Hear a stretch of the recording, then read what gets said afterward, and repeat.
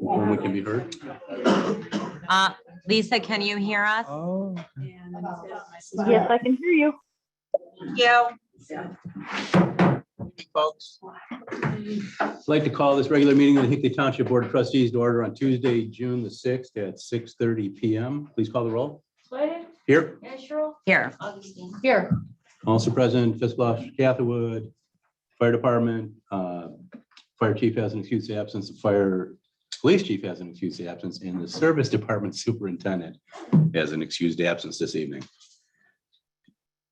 I'd like to ask everybody to stand under the flag. I pledge allegiance to the flag of the United States of America and to the republic for which it stands, one nation, under God, indivisible, with liberty and justice for all.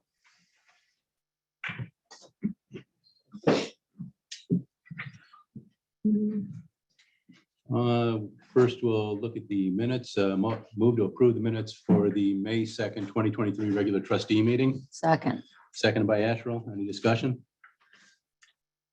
All in favor? Aye. Move to approve the minutes for the May 8th, 2023 special trustee meeting. Second. Second by Asherle. Any discussion? No. All in favor? Aye. Move to approve the minutes for the May 30, 2023 special trustee meeting. Second. Seconded by Asherle. Any discussion? All in favor? Aye. Move to approve the minutes for the June 1, 2023 special trustee meeting. Second. Seconded by Augustine. Any discussion? I will abstain. All in favor? Aye. Abstained by Asherle. I'm gonna pass these down then, since you guys approved them all. Perfect. 7 people virtual. 7 virtual. Mhm. Okay.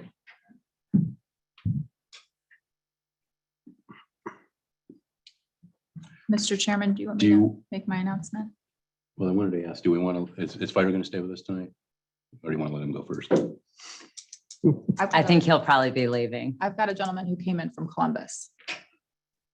Okay. You just got trumped. How much do you have, Sean?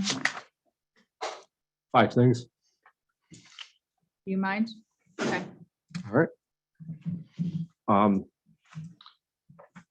First is a request appropriations not to exceed $7,800 for emergency repairs to the brakes on engine 31-2 from WW Williams. This is the 2005 KME fire engine that we have. So moved. Second. And I will add in there also that these brakes have not been touched or replaced since I think it was Chief Horton. 2012, looking at the maintenance record, that's the last time they were replaced. So So, it's time. because I did a big gulp when I heard the sound of that price also, but it's past due. Okay, all in favor? Aye. The next is request appropriations of $1,400 for the annual fire app license fee from Flow MSP. This is the software we use when we do our fire inspections. It allows us to take pictures and do an actual pre-fire plan of each commercial building, giving us our fire flow rate if we were to have an emergency at that building. So it's a pretty important application that we use at the fire department. So moved. Second. Second by Augustine. All in favor? Aye. Next, requesting a 1-month leave of absence for firefighter paramedic Logan Davis. He was just sworn in last week and a half ago to Brooklyn Fire Department full-time. So during his training there, he needs to take a leave of absence so he can focus on his time there for that time. So No objections. Well, I ran into him at the grocery store. He's pretty excited. he is. He previously had worked part-time there, so he got to know those guys pretty well, and he was excited to take that job. He'll do good there. He's a very solid firefighter and paramedic that we have here at the department, and he's going to do good there. And we look forward to having him back after his month of training. Absolutely. So Thank you.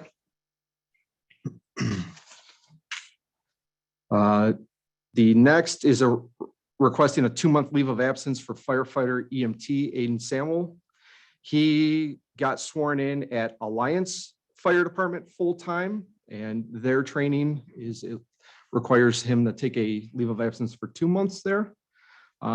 He's a newer hire, but he's worked with us in App Valley City, and he's made a good impression with us here. And we want to let him focus on that and look forward to having him back in 2 months here. Perfect. Thank you. And the final is request the approval to accept the resignation of firefighter paramedic Mariah Baylog. She was sworn in the night that we swore in the lieutenants and myself as the assistant chief. Cleveland EMS is demanding a lot out of her with hours and everything. And she says work's been crazy for her, and she wants to kind of take a step back and focus on her personal life when she can. So, we fully appreciate that. She was a very good employee during the time that we had her. She was very motivated, but completely understand you got to focus on your personal life. We have to vote on that, don't we, Martha? So moved. Is that a motion? For all three, yes. Mhm. Second? I'll second. Any discussion? Mhm. All in favor? Aye. Aye. Thank you, Anything else for Assistant fire? Chief. Anyone in the audience, Anyone anything else? for fire? Thank you, young man. All right, thank you. Thank you for being here. Thank You you. lived to You tell. did a good job. Did it. Tell Get a them those you t-shirt. want. Yeah. You were acting assistant chief. Now we're going to call you acting chief. Acting chief. There we Thanks, go. Sean. Have a Thank good you. night. Good night. Do we have a special guest this evening? Yes, we have 3 special guests with us this evening. So just kind of a quick recap, we sent out a water letter asking if some of the folks that have parcels in the town center would be interested in county water. That letter, the way it was broken down, would have been an assessment by the county. And I think we gave a cost estimate of about $32,000 that would be placed on each property over the course of 20 years. We received those results back, and I'm not surprised by them at all. I think that a lot of people don't agree with being assessed at that dollar amount. One of the things that has come to my desk is an opportunity for a TIF, and that would bring water into town center in a really interesting and unique way. And so I have had a conversation with Bethany Dentler from Medina County Economic Development, as well as Brian Cooper, who has driven all the way in from Columbus because we don't have the virtual option anymore to give us some information and education as it relates to the TIF. And we also have Brian Penrose here, who will be available for questions specific to Mr. Sean and Mrs. Karen Gaffney's project in town center as it relates to the TIF. So Brian, if you want to come up to the podium, you can. And certainly if you have a presentation that you want to share, I think we have made you co-host, share opportunity. If you could state your name and spelling. Brian Cooper, is this thing on? Yeah. It's Brian Cooper with Baker Tilly and BRIANCOOPER. And just so you know, Brian, that's not a mic for the room, it's for the Oh. virtual audience, so you don't have to speak into it. Thanks for the tip. Thank you.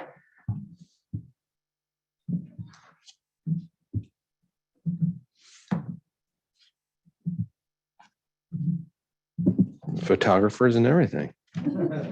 Welcome to Hinckley Township, Brian. And it's a lovely township. I drove through, very picturesque, and thanks for having me. My name is Brian Cooper. I'm with Baker Tilly. Baker Tilly is a top 10 accounting firm nationwide. We have a small consulting group within Baker Tilly called Baker Tilly Municipal Advisors. And so I spend my time consulting cities, townships, counties on public finance and economic development. I've been doing this for 20 years. Been working with Bethany Dentler and Medina counties since probably 2009. And I'm here today to talk about tax increment financing. That's TIF for short. You'll probably hear me say it 100 times. And I just came in to give you a brief introduction to TIF. I'm happy to answer questions or participate in conversation. As far as business this evening, I don't believe there's any type of resolution or anything before the trustees tonight. So it's merely conversational. TIF stands for tax increment finance, and it's a very common economic development tool in Ohio. There's over 1,200 TIF districts throughout the state that have been used for various projects. TIF can sometimes be confusing because there's over 10 different kinds of TIF in use in Ohio. But generally speaking, cities, counties, and townships can create TIF areas, and it's a form of tax abatement on new real estate value. With the adoption of a TIF resolution, real estate taxes are abated and payments in lieu of taxes or pilot payments are collected in the same amount and the same manner as real property taxes. So if your property is in a TIF, you get a tax bill normally, just like you otherwise would. The tax rates and tax amounts paid are the same. The only difference is after the treasurer collects it and settles, those taxes are moved to a separate fund at the township to be used for certain designated public infrastructure improvements.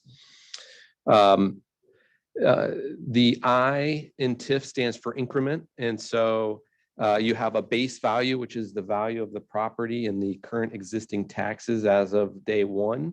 Those taxes remain the same and go to the same taxing jurisdictions as they otherwise would. And the TIF captures the incremental value, so the new value. So if there were new construction and new value was created, that incremental tax would be diverted to pay for public infrastructure. So just to be clear, Brian, the existing taxes would still be collected as they are now. Existing and new, they're collected exactly the same way. In fact, I have a little example here. If there's an existing property with a current market value of $250,000 and new construction happened for $5 million, the auditor might assign a new value to that parcel of $5.25 million. If the tax rate was 2.4%, the incremental taxes would be about $120,000 per year. The baseline property value and the baseline taxes would continue to go to the school district, the township, and the other taxing districts in the taxing jurisdictions, and only the incremental value, the new value, would go to the township to help fund infrastructure projects. That answered my question.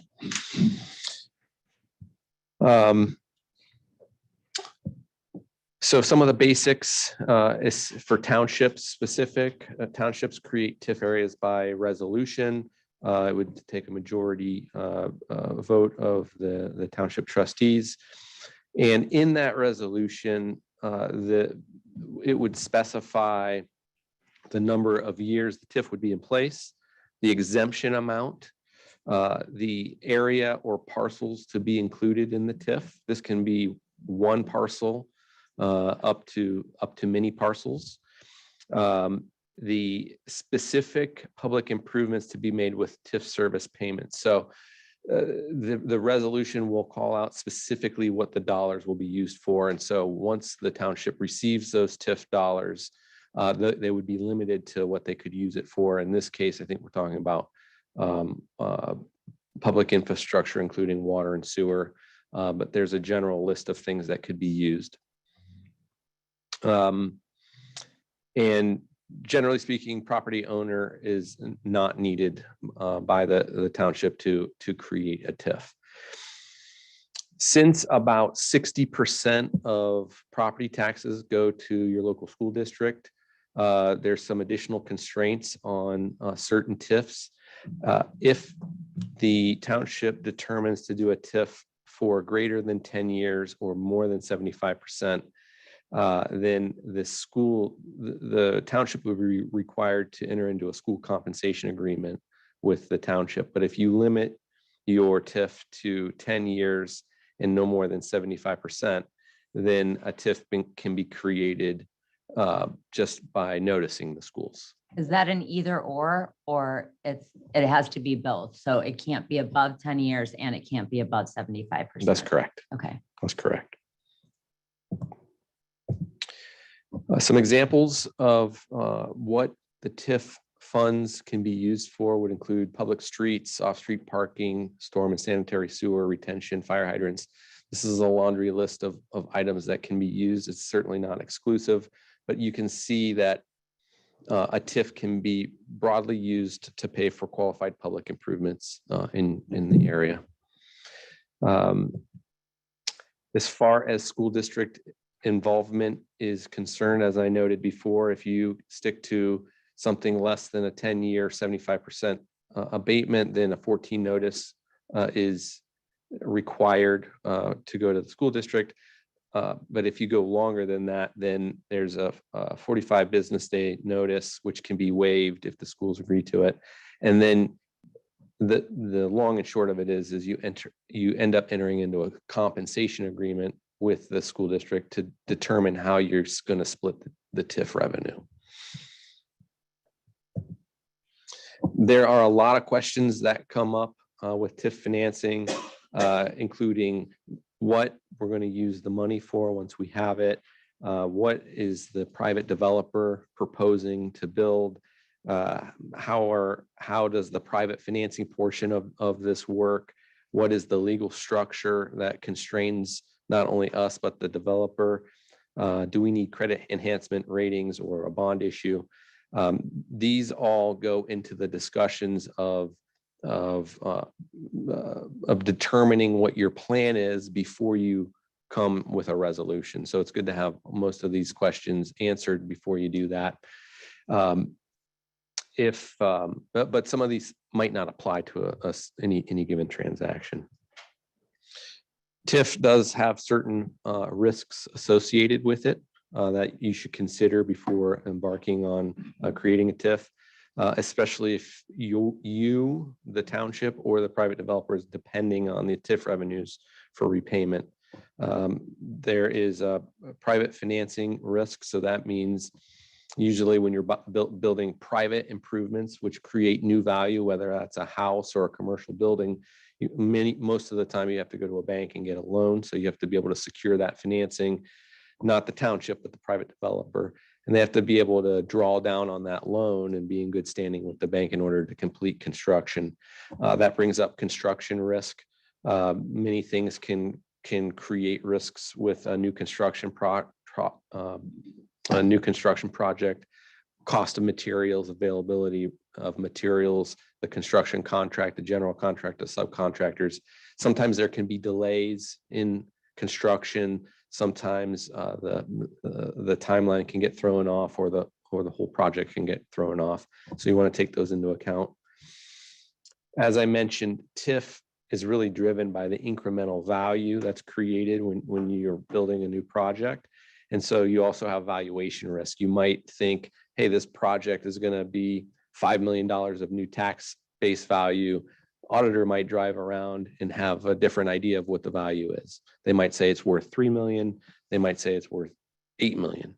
So that can pose its own set of risks. And then if there's bonds or other financing mechanisms involved, debt service coverage, concentration and delinquencies all play a factor into evaluating a TIF. On the public side, when you're thinking about doing a TIF or thinking about entering into a developer agreement, what you'll normally see is first you'll see a TIF resolution, which is the township authorizing and creating the TIF. And then if there is a developer involved, typically you'll have a development agreement or some other type of agreement that says the township is going to agree to do this and the developers are going to agree to do that. And as long as everything works, then we're in good shape. And if somebody doesn't keep their end of the bargain, then what happens? So when the public entity considers a TIF, what they really should be thinking about is what, does this project comport with the vision of the township? What are the community needs? Who is the developer? What type of projects have they done in the past? What is their financial strength and ability to deliver the project? And then lastly, and most importantly, the township needs to determine their level of commitment to the project and whether or not they're going to offer incentives or support of the project. And those can all be done, through a discussion and negotiation process. On the private side, the developer really needs to articulate the project in terms of the amount of new investment in the community, the impact to the community, the overall vision of the development, and the ability to deliver the project to the community. And they too also need to identify if a TIF is needed and what other incentives they might need in order to complete the project. I'm going to skip through a couple of these. With a smaller development like the one we've been talking about, a lot of times a TIF can be helpful in what we call on a reimbursement basis. And that is where your private developer would go and say, you know what, I'm going to install these public improvements with my own funds in advance.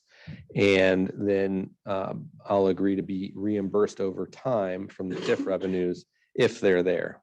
Now, the nice thing about that arrangement is it gets infrastructure into the ground early, and the developer, someone else, not the township, is taking the risk of development, construction, and TIF revenue availability. Basically, what the township would agree to is, to the extent they receive TIF revenues, that they will transfer them over up to a reimbursement amount that's agreed upon between the township and the developer. So this creates a lower risk situation for the township. That being said, all the risks still need to be explored and discussed and understood, but it's a fairly typical way to fund infrastructure with a private developer's money instead of the township coming out of pocket itself.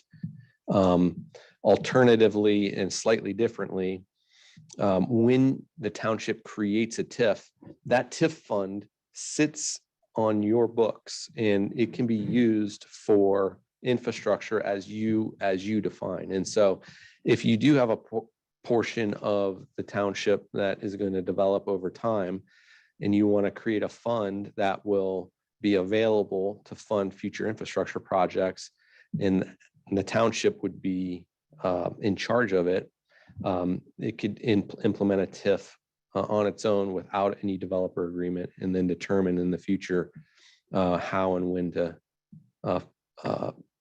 fund that infrastructure. And it could even reduce the any other general fund or other taxing monies that are needed to accomplish the infrastructure financing in the first place. So I'll pause there and see if there's any questions, and I'm happy to stick around for the discussion. Appreciate that, Brian. Thank you for being here. Hey, you're welcome. Do the trustees have any questions for Brian as it relates to just basics about the TIF? What's the background of Baker Tilly? Say that again. What is the background of Baker Tilly? Baker Tilly is a top 9 accounting firm. So we're the 9th largest accounting and CPA firm. How are you involved in this project? I was invited here by the trustee Augustine and Bethany Dentler from the Medina County Economic Development Project. I have no relationship with the developer. How did Baker Tilly become familiar with the TIFs? Oh, I've specialized in economic development for 20 years. Okay, so the TIF, you're trying to create an opportunity for businesses to invest in an area, correct? Make it attractive to a business? The way I see TIF is a tool for townships, counties, cities that creates a fund for you to fund infrastructure. That's all it is. I think it's attractive to residents and businesses alike to have infrastructure. And really the benefit of a TIF that I see is it creates a new cash flow for the township to support infrastructure. Would you consider it a form of taxation? Wouldn't drawing from those taxes? No. Well, so TIF is a redirection of property taxes. Yeah. Okay. Mhm. Good enough. One of the things that the trustees had asked me to do was to bring in, some more education about this, and that's why I reached out to you. So I appreciate you driving all the way from. It's my Columbus to pleasure. Be here. Bethany, do you want to add anything to the conversation? Maybe just to be a little bit more specific about, If you'd come up and thank you. just wanted to be a little bit more specific about Brian's role, since you had asked. So the Economic Development Corporation serves as the administrator for the Medina County Port Authority. And when the Port Authority built the fiber network, how many years ago now? Feels like 20, but probably about 15. We worked with Brian and his firm to issue the bonds to build the network. When it comes to other Port Authority projects, such as issuing bonds to help companies save sales tax on construction materials, I call Brian as the Port Authority's municipal advisor because he's a public finance expert and he helps us get the project through the books, so to speak. So Brian has been working in Medina County for a number of years. He actually worked with the city of Medina to create the TIF district that helped to fund the parking garage that is now next to City Hall, and managed to get the local school district to agree to 100% 15-year TIF. So he's very good at what he does when it comes to TIFs, but it's in support of what the township or the municipality is looking to do. Brian is not, a developer representative. If he gets involved in a project, it would be as a township representative, as your advocate, and helping to make sure that all of the paperwork is done properly, helping you find an attorney who can help to write TIF legislation or approve documents. The proceeds for his costs and the attorney costs could be written into and built into the TIF proceeds. So it wouldn't cost the township anything. It would be on the developer's end to roll that into the TIF project. But just wanted to share that was Brian's background. And I reached out to Brian to say, hey, we're talking about TIFs in Hinckley Township. I need some help. I'm So just curious how yeah. come this ended up here. That's all. yeah, Invitational. Appreciate there you go. Thanks for coming up. Sure. I actually have a couple of questions for you, Brian. And that is, you had mentioned resolution, but is resolution the first step? Because I feel like there's like maybe 5 steps that should happen before a resolution. And that is, which TIFs have been mentioned for the last, I feel like 2.5 months.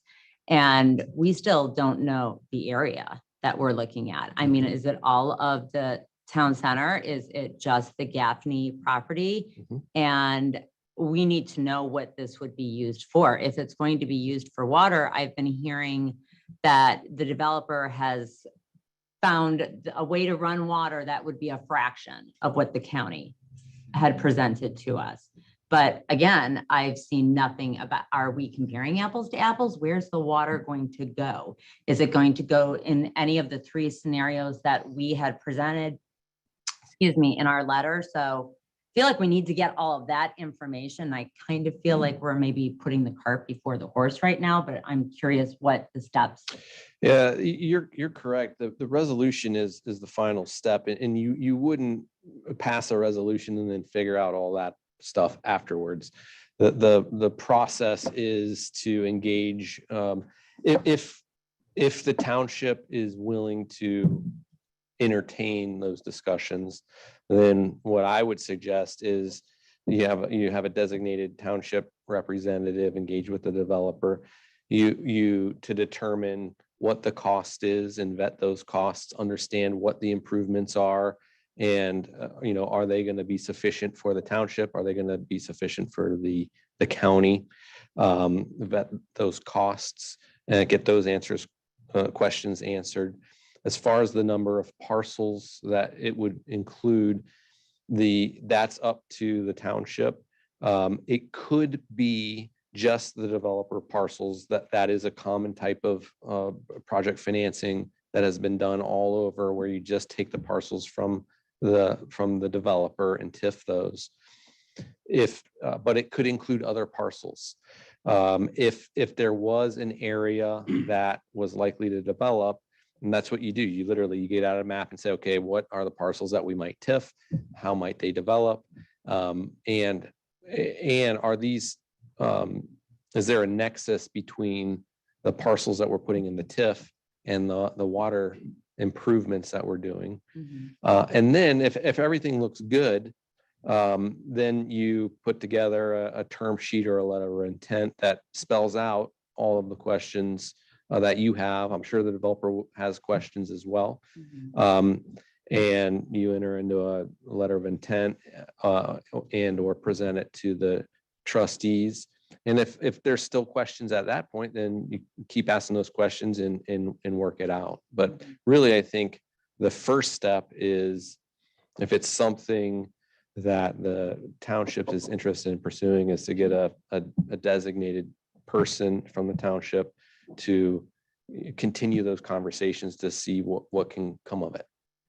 Almost as an exploration Mhm. committee, so to speak, just to sit down and understand, what are the areas that we're looking at? What is the potential value? What are the routes of the potential infrastructure? I think that it's just helpful to, on the economic development side, and for the developer to know, is there an indication of interest from the township that you're at least willing to continue asking questions and exploring the option? And so that's why we have Brian here behind you, Brian Penrose, to answer some of those questions so that it's a fluid conversation and we can talk about Mr. and Mrs. Gaffney's project. I know that when I had, we all three had gotten an email from Mr. Gaffney asking us to hold off on the water letter. He was spending his own significant dollars in obtaining water infrastructure costs as it relates to his project. And when he last spoke with me, I would think it was right before the last meeting, he said that they had come in much lower than we had quoted in our letter, and he was disappointed we had sent the letter. I was equally disappointed. And so maybe you can shed some light on some of the questions that Trustee Asherle has as it pertains to the cost for the water infrastructure. Sure, if I can, I'll be happy to. Well, Right. one moment, Sure. just to rebut that, the letter that went out, Mr. Gaffney had no authority to say whether we should send it or not. That letter we promised to this community before Mr. Gaffney had started this project, and it was a separate public infrastructure project, had nothing to do with a private enterprise. So that's why that letter was sent out. I just wanted to clarify that. Go ahead. So, and I'm happy to speak to that to the extent that I can. Again, my name is Brian Penrose. I was here with you back at the beginning of April.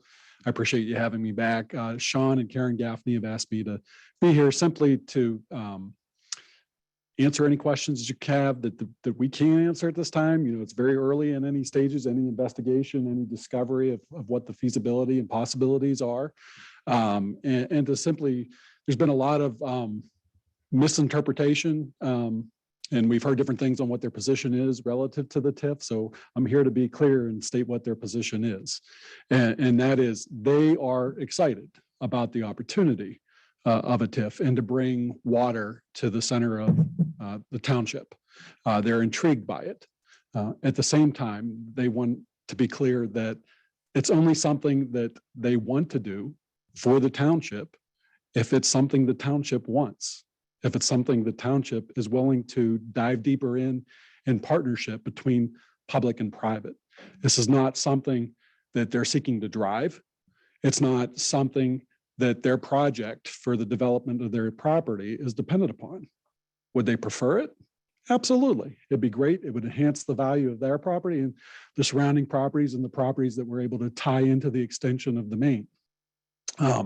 So in the time that's intervened since I was last here, Sean has been doing some due diligence, and it's very preliminary, but just looking at some of the different routes from which you could possibly extend the water main into the center of town. And so a lot of the questions that Brian talked about in terms of the parcels that would be affected or who would be able to get to tap in potentially depended upon the route.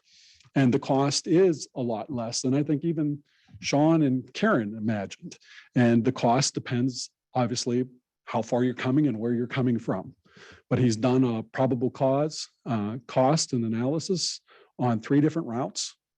2 of them are very similar in cost, about $1.2 to $1.3 million to come down 303, or from the northwest from the Skyland Falls development. And then there's a third from the Mattingly Road extension, which is a little bit more. I think it's like 1.7 or 1.8. Don't hold me to that approximately. And by far, I can tell you that the cheapest option for him is groundwater, is the wells. Again, is that his preference and Karen's preference? No. I think it'd be a great opportunity. And what they've asked me to suggest for everyone here to think about is, will you get another bite at this apple?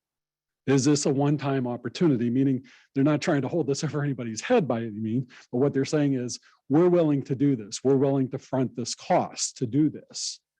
Now, but if we go ahead with our project, which we're going to do, and we don't explore the TIF and we don't bring water into this time, who else is going to come along later and front the money for that development of infrastructure? So I think it's just they're excited. They think it's a great opportunity between both public and private, but it's something they're really only interested in diving deeper in if the township is interested in doing that. And if the township's interested in doing that, then they'll be at the table and they'll share the information that they have relative to the probable cost analysis and the different route options, and even estimate on surveys for the preferred option, which would be coming down 303. So if that's something that the township wants to form a committee like Bethany and Brian were talking about to continue that conversation, let's have that conversation. If it's something that you're not interested in, okay, great. And we'll be happy to share with, the news with the development of the project. So as it comes about. Questions that I can answer? I don't know if I can, but if I can, I'll take a shot. Estimates involve the county, because I'm sure the county would be involved if the intent is to have it become a public line. It would be, yes, it's an analysis that would be presented to the county. So the county hasn't been involved yet. No, not yet. Okay. No. My understanding that there was a checklist that may have been kind of gone through roughly the county. Some background information, but in terms of who's driving the bus, so to speak, in terms of financing and doing the due diligence, that's been the Gaffneys doing it. And, they're willing to share that information and further develop that information with some of the questions that Brian and Bethany have talked about with the township, if that's what the township wants to do. Well, speaking of that, I will reiterate that Bethany called me over the weekend, and my position is that this is a tax on the people. Whether you're drawing tax funds that they would get from the development of that property, or you're having them vote whether or not to do an assessed project or a levy project, it's still a tax on the people in the community. Well, I don't They're know. going to pay for it ultimately. No matter how you do it, Jack, they will pay for it ultimately. Right. That's why I say they should Whether have a it's choice through in how it's done. grants. We shouldn't implement a TIF and just take that from them, the 3 of us. Respectfully, you're not wrong. That's my You're opinion. not wrong, but it's also only one side of the equation. I mean, what Brian's talking about is we're driving up land value and tax value, which additional tax dollars are generated that go to the benefit ultimately to the township. Granted, in smaller increments, so for the 10 years as you repay back the development of the infrastructure, but then the TIF gets paid back. And the township has more tax dollars available to it. The school district has more tax dollars available to it. So there's a benefit to this. Yeah, somebody's got to pay for this. My client's willing to advance the payment for that. But who benefits from this? Not just the Gaffneys, not just whoever ties in, but the entire township from the tax that's generated. Have a say in whether that happens. We couldn't agree more. That's why I'm here. Okay. We're here. We want to be partners with you. If you don't want to be our partner, that's okay. I think it's a great vision he has. Yeah. Don't get me wrong. Yeah. And he said one way or the other, he's still going to develop that property. That's right. And understand, because we're using the word developer because that's the standard language, that is his, technical role. But as I shared with you in April, the Gaffneys are 29-year residents. They're not doing this project to make money. They're not building these buildings in town center and the historic district for their livelihood. This is not what they do to depend on their livelihood. They're doing it because they want to give back to Hinckley for the future of Hinckley. And they're doing it, frankly, this is not their words, this is my words, out of the goodness of their hearts, because they see it as a good opportunity for this community. So they're looking for partners in the township, but if the township doesn't want to be a partner, that's okay. We understand. And it is a very community-minded project. That's It something I is. said right off the bat. I think the project screams Hinckley when I saw it virtually here at one of the meetings. There's so much green space, open space for families, amphitheater, parks. That's just my opinion. I also have a very strong opinion that if we don't work together now, like you said, Right. I mean, anybody could come in, anybody could come in and bring in water and we would have no say at all. Or not. And then, the world goes on. And whether we want it to slow down or not, it develops. And then you're looking backwards when you could have done it at a fraction of the cost that's here now. And someone's willing to pay for it. And if that's something you want to pass on, that's okay. That's the Gaffney's position. But they're making the offer. They're extending their willingness. Whether water comes in here or not, we have no say at all. So let's make that very clear. If the county runs the water, if a private developer runs the water, we have no say over that at all to begin with. What we do have a say over is the TIF. And what I just wanted to make a couple public notes on is because there has been, chatter since the last meeting, which unfortunately it's been a month since that last meeting, but I did speak to the county also. And I talked to Jeremy Cinco, again, the Medina County sanitary engineer. And I wanted to know, because this very general term was thrown out by Melissa at the last meeting saying significantly less. And now, thank you, you're saying 1.2 to 1.3 million if the water is run from the old Skyland development, correct? Correct. That's the number you're. That's the probable cause analysis we have it currently. So that's the number. It's nice to at least have a number for the first time. But without seeing anything, I don't know, is it going the length of 303? Is it going down the same length of Ridge Road that we had looked at? So we don't know if we're comparing apples to apples. On top of that, what Jeremy wanted me to make very clear to everyone, because this is not the county's way of making money. The county is not trying to get rich if they're going to do this as an assessed project, okay? What he built into his quote, and he is not sure whether or not this is part of the 1.2 to 1.3 million quote, is are these numbers including the engineering costs and the inspection costs? Because those are all numbers that the county factored in when they gave this, roughly $2 million estimate that went out in this letter. Additionally, if you're going to come down 303 through Skyland, you have to drill through a lot of rock, but you can't backfill that with just dirt. You have to backfill that with the same material that you're digging out of that, which is another added cost to the project. And I don't know if these have been factored into this 1.2 or 1.3 million. Now, Mr. Gaffney would have the advantage over labor because the county would have to pay prevailing wages, which they would have to undoubtedly pay more for labor. However, the county also is a government, so they're tax exempt. So we're talking about a lot of money and materials that the county would not have to pay tax on. Mr. Gaffney would have to pay tax on that. So that can kind of cancel. Well, this is what the sanitary engineer has come back to me with.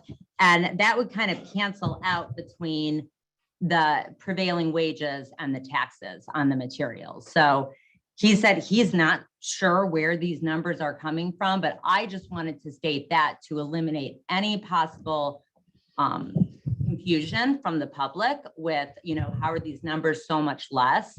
Because the county's not doing this trying to make money. The township did not send out this letter because we're trying to make money. So I just wanted to make sure that everyone was very clear on that as well. Well, and I appreciate that, but I wouldn't want to elaborate again what the intent here. You began by saying, we can't control if a developer, if the county wants to bring water. That may be so. That's not Mr. Gaffney's position here. Mr. Gaffney and Mrs. Gaffney are not saying we're bringing in water no matter what. We can do it through the TIF or we'll do it on our own. or we're going to do it the route that we want to do it. That's not what I'm here to tell you. Somebody I'm here to share with you.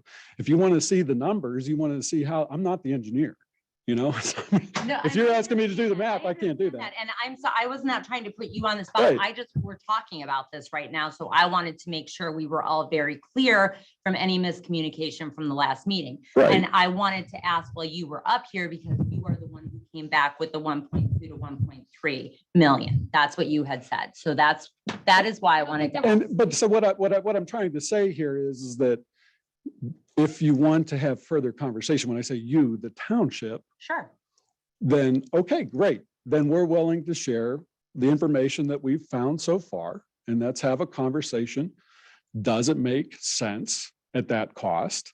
Does it make sense to come down 303 or come from a different route? Mhm. You know, no one is trying to dictate what should happen here whatsoever. Again, what the Gaffneys have asked me to share with the residents of Hinckley is this is something that they're willing to do if the township is interested in doing it. They don't need it. They don't have to do it. They're not going to do it on their own. They want to be good public servants in this sense, and they want to be contributing residents to the township and be good neighbors. And that's what they're offering to do, and front the bill for it, and front the bill for the due diligence. And they're not just going to do it and spend the money and not get reimbursed for it because they don't need it, and they're just not going to do it. So the TIF is an opportunity, is an option where the township could benefit by bringing water to the center of town if it's interested in doing that. And the Gaffneys, for lack of a better term, are the bank. They finance it ahead of time. And it's just something they're offering, not something they're demanding. And I appreciate you being here and Bethany and Brian being here, because that was my intent today, was to do our due diligence and really dig into this and get some more education and knowledge on this, so that moving forward, we could have constructive, Sure, educated conversation. sure. I have a couple questions. And For Brian, the other Brian? Anybody chime in on that question? If we were looking at the $1.3 million, what'd you call it? I don't know, your back of the envelope. Assessment. Mhm. Is it achievable to reimburse that investment in 10 years based on a projected 75% increase property tax revenue on 9-acre parcel? I don't see that, and it may be a question for the auditor's office. I don't see it, which then Good, Brian. proposals, because then you absolutely have to bring the school in to this conversation. And what is the projected term?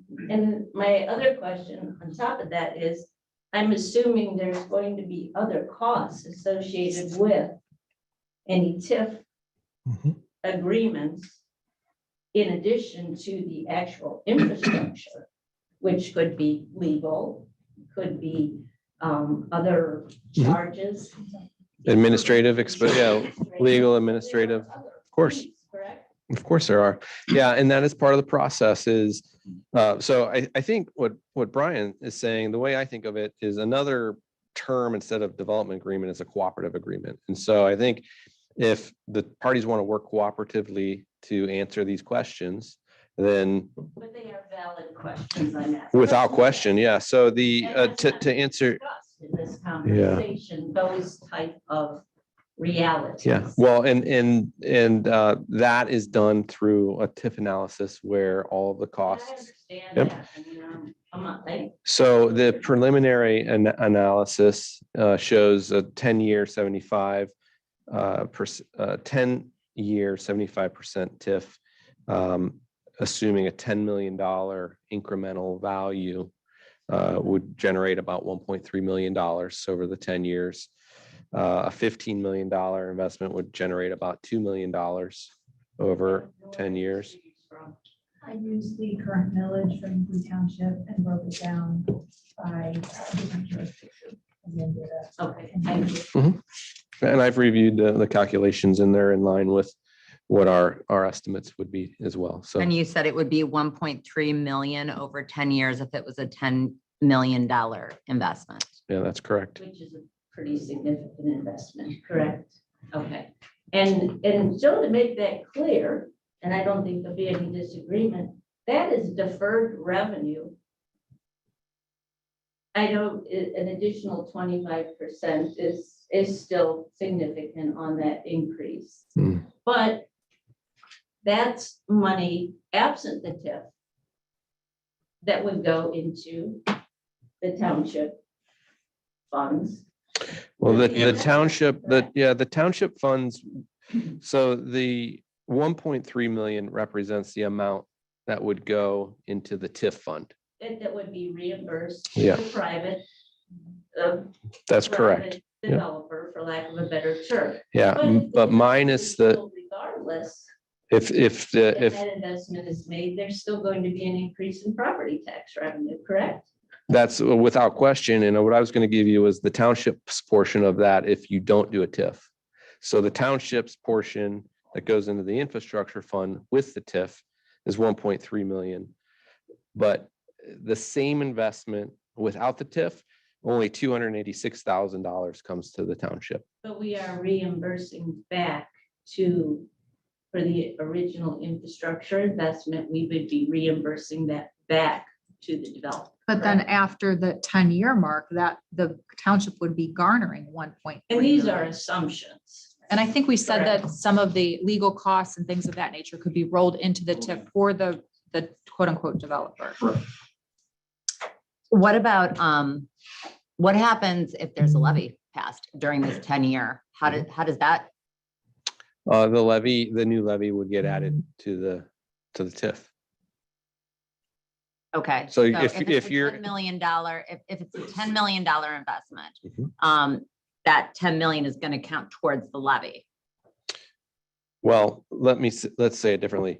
The current millage is 52.5 mils, right? If the schools or another taxing jurisdiction passes a levy for an additional 5 mils, then the millage collected under the TIF would be 57 mils. Because remember, the TIF collects property taxes in the same manner as taxes are otherwise collected. So a couple things would happen with that.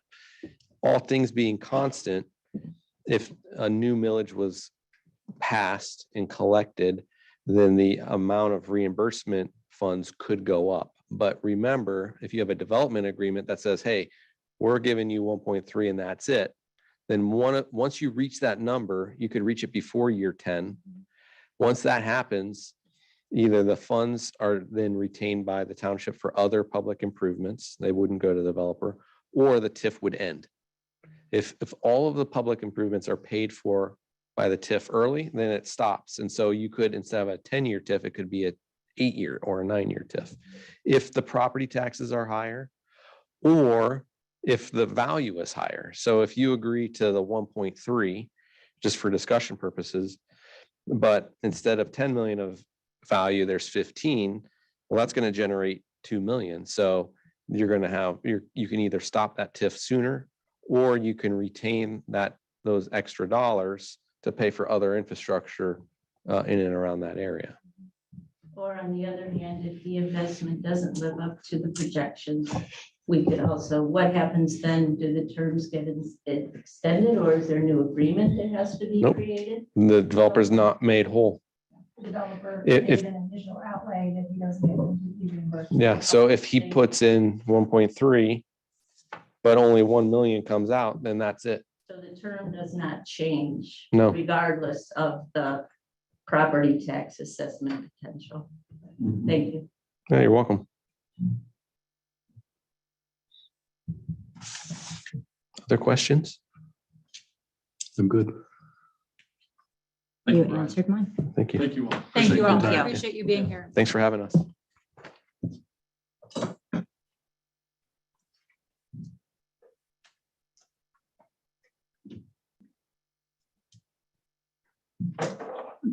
Miss Catherwood. Let's see. Before you went on, can I ask a question? If the tips are such. Jim, can you go? Sorry. Martha's not doing our meeting I'm minutes sorry. anymore. Someone is virtually. Jim Bialowski, 2300 Sandy Creek Trail. If the TIFs are such a good idea for this, why are there only 4 active in Medina County right now for all the projects going on? There's one in Wadsworth, I think 2 in Medina, and 1 in York. and that's it. So trying to understand why it makes so much sense for this project when it's not being utilized elsewhere. So the TIF is an economic development tool. And when it comes to economic development tools or incentives, we usually try to direct them to the area of greatest need. In a lot of cases, developers who come to me at the county level, they're more interested in, say, a property tax abatement, because what that does is gives them greater cash flow down the road. It's money, a check that they don't have to write, that they can then redirect to other purposes for their business operations. Every once in a while, we have a situation such as we have here where the area of greatest need is in infrastructure. So, putting that $1.2 million out front now is something that he's willing to do. But, ideally, if the TIF incentive could be used to repay him, then he'll have more money to put into another project or build the amphitheater sooner or build the steakhouse sooner. So it really just depends on what the developer needs. A lot of times developers just build in the cost of infrastructure into their overall development costs. But sometimes they say, you know what, it would make our cash flow work better. It would make the pro forma work better. It would make the project make more sense if we could have support in this particular area. And in some cases, it is infrastructure. So it just depends on what they need as to which tool we can use to target. And in this case, it's an infrastructure tool. So, and I have talked with other communities or other developers who are interested in a TIF, but for whatever reason, maybe the township didn't want to do one for whatever reason. Well, in all fairness, also, I want to add in, and I understand you're doing your job and it's a sales pitch. I understand that, but let's not confuse need versus want. Sure. I've heard the word need several times. It's a want. And we just want to make sure that we're not losing sight of that. Okay. All right. Thank you. So what does this board feel about a TIF? Do you want to have a liaison that does further investigation? Are you feeling very strongly opposed, very strongly for? Where is this board? I'm opposed. Okay. I am, when I talked to Bethany earlier, thank you for the heads up, by the way, that you were coming. I was not told prior. I can play devil's advocate on this and I can see the benefits to it. I can also see the drawbacks to it, but there's still, we don't know where we're looking at. We don't know what the water is that we're looking at. Where's it going to extend? Because there is at least one conflict of interest with one board member that I would not be able to vote on this if it's something that's going to impact my property. But you voted on map and zoning amendments. So That I don't understand how that's a conflict, but continue.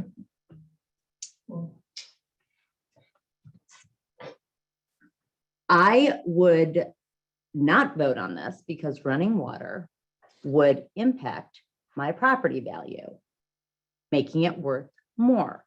So I would not vote in it because I feel I am very ethically sound. I know where I stand ethically, so I would not vote on this. That's your decision. Actually, code of ethics is not a decision. Code of ethics is something that we are sworn to as elected officials. Absolutely. So, but there is at least one conflict of interest at this board that would not be able to vote for a TIF if it's going to be run and impact my property value. But generally, no one tells you that you have a conflict of interest. It's an ethical decision that you make on your own. That's why I said it's your decision. Would it be helpful if maybe our office could take a look, maybe work with the developer and try to understand where that line is?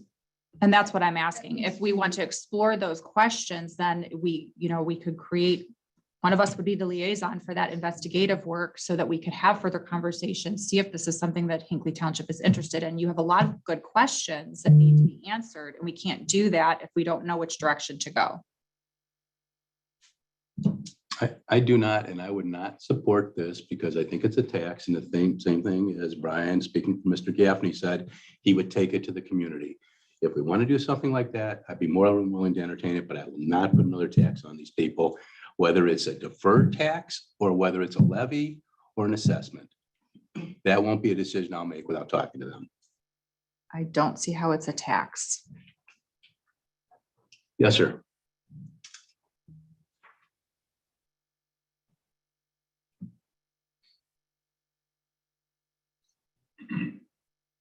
I'm Paul O'Neill, 2398 Weymouth Road.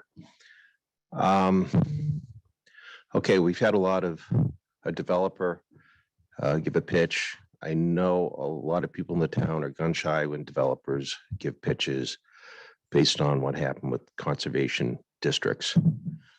I think it might be helpful if the board gets some independent advice. This might be an opportunity and maybe not. I appreciate Monique's position. This is where the water line will run exactly over the front of her property, not a zoning issue 2 or 3 houses down. So I get that part. But even still, I think the three of you should decide on getting and maybe having the developer fund, getting some counsel who can better advise you. I know you guys are here every Tuesday. You put a lot of hard work in, but you're not experts in development. And the county, I don't know if they're going to have the township's best interest at heart. Maybe they do, maybe they don't. But I think if you have somebody who's a fiduciary to the town, you'll get better advice. That's all I want to say. Appreciate that. That's why one of the reasons why we brought Brian Cooper in is because he has no correlation with Hinckley Township. And he would be a good voice of understanding and rationale as an outsider looking in. I'm sure he's very good at the mechanisms of the TIF, but I think there's going to be questions like, let's say you have a historic building. Well, you have the Hinckley Historical Society that might be affected by this. It's a 501c. Are they going to be affected by the TIF, or they don't pay any taxes? Owns that building. Hinckley Township owns it. Okay, so no collection of taxes, and then there's a lot of issues. And then who pays for what? Do people want to opt in right away while it's being built? Get some help on how to structure. That's what They're trying to work with you. It might be, you might be looking a gift horse in the mouth, and maybe not. But It's not a gift, Mr. O'Neill. This is It's not a exactly gift. what I'm asking is, do we want It's to a tax. pursue that? Do we want He's to paying pursue for it that? up front, and they'll draw the taxes out of the township to pay him back. That's what it is, Based on his performance? which he's going to do anyway. yes, but it's going to be going past a lot of the people's property. They're going to have better fire protection. And okay, so yes, it is a tax, but public service is a tax. The police department is a tax. School services are A taxed. lot of property. So is this other one. And we'll talk about this water survey when we get to it and how important that water was to those people on the survey. I okay? don't agree that this conversation is the equivalent of that conversation. We offered them an assessment of $32,000 versus a gentleman who's Do we wanna willing to just move develop that up and right invest now? in our community for the purpose of the community. All right, let's talk about the water survey right now. Okay, So I just. the water survey results that were sent out that this board unanimously agreed to send out in November. That was sent out at the end of April. The results were received by the township. In total, we had 154 letters go out, not to 154 people. I want to stress that. There was 154 letters that went to the different parcels. Okay, we received 27 letters back saying, yes, I will pay for water as an assessed project. Out of 154, we received 27 back saying yes. That is 17.5%. Of those 27, 8 of those parcels belong to Mr. Gaffney. 4 of those parcels belong to Binky Commons. And 3 of those parcels belong to Foster's. So out of the 27 yes, 15 of them come from 3 people.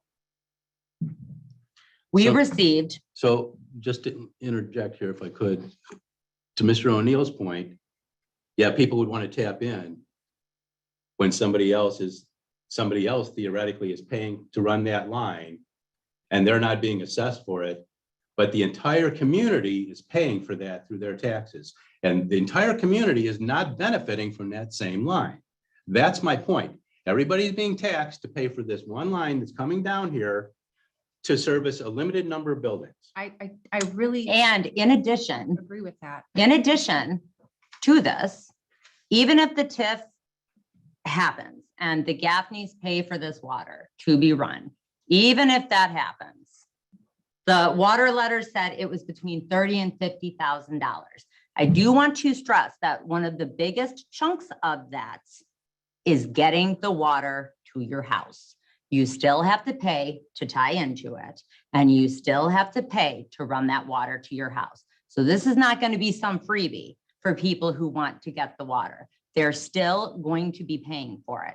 We received letters back with not a yes, not a no, which for those of you who watch the meetings, you know, no response was a no. So that counts as a no. We received no's back like that from people who emailed us saying, we want water. But in a letter of interest said, no, I'm not going to pay for it. So we did what we said we were going to do. We got the answer of the people, 154 parcels in total. 17.5% of them said yes, they will pay for it. And of that 17.5%, more than half of it is coming from 3 people. That's not the majority. That is not the majority. No, And I have it's not. heard time and time again that It's not the majority. I agree. I don't know why it's funny, Letter was a but scare I have tactic. heard time. It's been a Melissa, scare tactic. It's a If the county truth letter is a that the scare township tactic sent to out. you, then you should You said you're rethink gonna how you assess them, which communicate. we This didn't is agree the to. fact. Please, please. This have is the numbers fact that that are the not county accurate. gave us. If I could speak, that would be great. None ahead. of the information in here is really ours. It's a county letter. You've stated that multiple times. It's a county letter that they put on Hinckley Township letterhead. I didn't agree with sending it. I didn't agree with assessing people. I didn't agree to the numbers allocated here. I said we should talk about the TIF option. We should talk about grant options. I did not agree to this letter. I'm the only trustee who didn't agree to this letter. And I'm saying to you right now, and talking to some of the people that are business owners and parcel owners, they don't agree to an assessment of $32,000 to $50,000. That's what you're getting yeses and nos to, not to water as a whole. That's what a publicly funded project would cost, which is what that was, which is what we So are agreed you to send out. opposed to a TIF exploration or not, which was the first question? I am opposed to a TIF. I'm opposed to a tax. It's not a tax. It is a tax. Okay. So we're not designating someone on this board to move forward and do their due diligence and determine more of the answers to the questions had by this board as it is pursuant to this. I am not. I will not TIF entertain this board opportunity. entering into a TIF unless it's put to the community. We have our comprehensive plan survey I will not results. agree to a that TIF unless The it's put to the majority wanted community. to see water in town center, which is why we are looking at this. It's part of my due diligence to my constituents that I look into this opportunity. And I And think you it's did. very sad that this board is not aligned with that. Thank you. Martha? Okay, so I got 2 motions I'm going to request of the board. A motion to approve resolution 060623-001, which approves the biannual payment of the OPWC loans CI31W, which is $10,497.13, and CI55B, which is $7,543 $1,000.68. So moved. Second. Seconded by Asherle. Call the roll. Swedek, Yes. Asherle? Yes. Augustine. Yes. And then the second is a motion to approve resolution 0623-02, which accepts the amended official certificate of estimated resources, which is amendment number 2 dated May 19th, 2023 in the amount of $10,261,315.32. So I'm sorry, I'm I'll sorry. explain why we're doing this. I was notified in May from the county auditor's office that they had to make a correction to the commercial class values. And so therefore, they had to amend their first amended certificate. So moved. Second. Seconded by Asherle. Call the roll, please. Swedek, Yes. Asherle? Yes. Augustine? Yes. And then finally, our fund status currently right now is $6,739,813.93, of which $1,104,301.64 are in pooled investments. $5,635,000. $35,512.29 are in primary checking. And I note that I did prepare a purchase order for the new tanker. Is that $734,284 or $239,284, which is just about in excess of 10% of our onion revenue right now. That's it for me. Very good. Thank you, Martha. I'll move to pay the bills in the amount of $159,182.18. Second. Second by Asherle. All in favor? Aye. Go to zoning. It's me again. You guys have the email from Tom Z as it pertains to a cost cleanup quote for 25 River Road. This was a cost analysis that was done based on a recommendation by Trustee Swedek, and wanted to see what your thoughts were on moving forward on this project based on that cost analysis. I think the cost quoted was $8,800, and there was a breakdown attributed to that for you to see. I'm as well. surprised it came in much lower than I thought it would.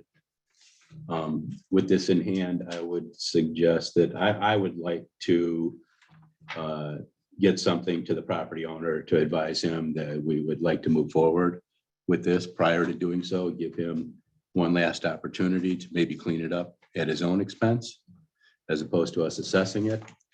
I'm okay with setting a time frame on that for a response, if you'd like to do that. Trustee Asherle? Are you in agreement? Well, Because The last resolution time- is the notice to the property owner. We've sent him 10 years worth of letters. the last time we discussed this, we talked about, which we had a resident talk about, septic, I believe. Something was backing up. It was a health issue. It was not, smell. Thank you for the reminder. Odors. Thank you. It was the odors. That was the issue. Because this just kind of goes back to what I said is, even if you get it cleaned up, is it going to start all over again? The odors that I'm sorry, I can't remember what you had said that you went over there, right, Ryan? It was not septic. It was not. Well, the issue is a Medina County Health Department issue, but that has Right. nothing to do with the issue of this being a zoning violation. This is a zoning violation. It's been a zoning violation for 10 years. He's received 10 years worth of letters. I've personally knocked on his door with Tom Z. We've done everything possible to assist this man. We said that the community would assist him, and I offered to have community members come in and be a part of that. I had phone calls from community members that wanted to be a part of it. I mean, this is a fantastic community that wanted to rally, and we could not get a response from this gentleman at all. So the resolution is the notification to the resident that if he doesn't get it cleaned up, we will move forward. And I don't have an updated resolution in front of me. because I didn't want to move forward on one unless I had the agreement from the trustees to go ahead and garner another one. Well, before we do this, where are we gonna draw the line? I mean, what properties are we gonna get in the business of cleaning up properties around the township? All the I think we properties? have a duty to do that.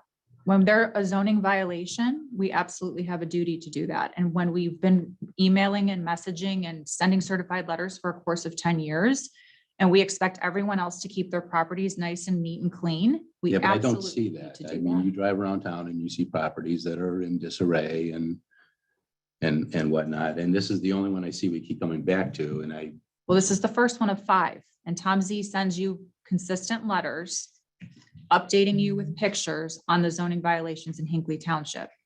And they've been withstanding for well over 5 to 7 years. It's a tedious process to do it. And we want to make sure that we are giving the resident as much information and support as we can prior to this step. And we always do. I have a quick question though, just about another component of this. I think there was a safety concern. And my question was, the estimate is that it's going to take approximately 2 weeks to clean up, which would mean these folks are going to be on site for 2 weeks.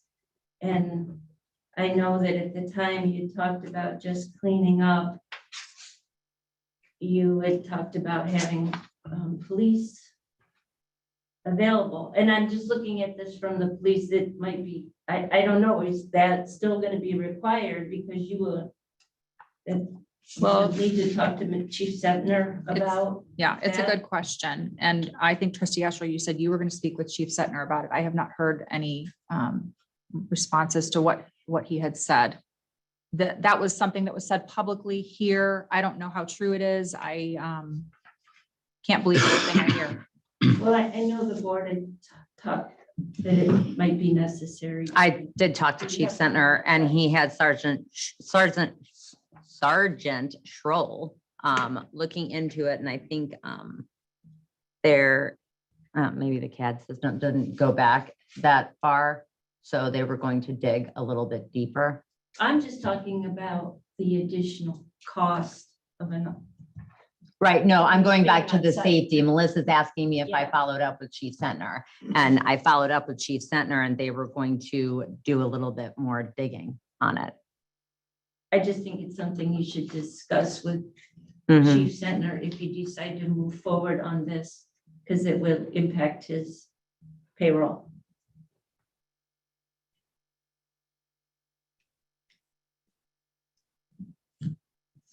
You want me to continue to follow up with him, or would you? Yeah, like why to don't as you the do that? liaison? And then in anticipation, Melissa, you can prep a resolution in case everything works out, okay? Perfect. All right, to continue on, I have a motion for Rubel, Schaefer, Crew, and Fisher to attend the Northeast Ohio Planning and Zoning Workshop at the non-member cost of $70 per person. Second. Second by Asher, all in favor? Aye. Perfect. And we've got a cemetery deed here, so we'll need 2 members from the audience to come up, if they will, to witness the signatures of the trustees on the deed. Told you, Jim.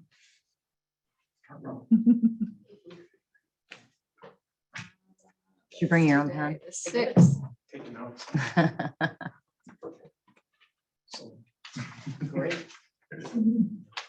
Melissa, this says, and I'm sorry to back up, this says 280 on here. And the motion was for 70 a person. Is that 4 of them? Yes. Okay, I'm sorry. Oh, actually, we should have them all signed. Let's do that first. Trustee Asher.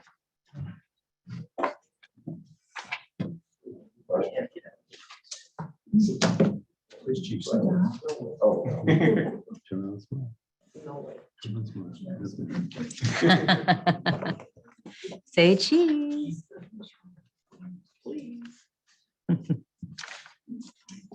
You can put that on your credit card. I think Suzanne's gonna put it on hers. slightly better on yours because she has to buy postage on hers. Okay, In case she has all those others charges. okay. And I don't have any. See, thank you, Melissa. Thank you. Thank you very much. Appreciate it. All right. And I'll let you guys just got the annexation appeal before me.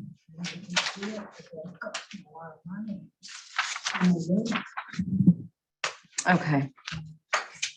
Did you want to move forward with that conversation Please. before? Okay. Please. The annexation? Yeah. Okay. So I'm not sure if you each had an opportunity to speak with Al. He called me while you were both out of town. I talked to him a couple of different times about the option to appeal the annexation. One of the first questions I asked him, well, I mean, the first question I asked him is it really worth it? I mean, does he think that we stand a chance? He thinks that we stand a very good chance of winning the appeal. I'm not sure if you both had an opportunity to read the email that he sent on May 15th regarding the decision from Eaton Township that he represented, where the 9th District Court of Appeals ruled in favor of a township. So now there's case law to back up the appeal. And he feels that there's a very strong chance that we could win an appeal. He said it would be approximately, to appeal this and see it through, would be approximately between $15,000 and $20,000 in addition to what we already paid the first time around. It generally takes about 1 year from start to finish with the appeal process. However, he feels everybody's going to have to submit their briefs to the courts, and he feels that a decision could be made in as little as 6 months based on the briefs alone, and that would lower the cost from the $15,000 to $20,000 because that's assuming we see it through for the entire 1 year and go to court over this. So if we are going to appeal the annexation, we would need to decide that today because Thursday is our deadline. How much have we spent? A little bit in excess of 15,000. So just for the public's knowledge, and we've talked about this at previous meetings, and I think it's interesting that the press has kind of woven right over it. We approved, the BZA here in Hinckley Township approved this Drug Mart project in December 2021. Trustee Asherle and I voted against the CRA in June of last year, 2022, and yet Drug Mart still purchased the property. They cleared that property in December of 2022.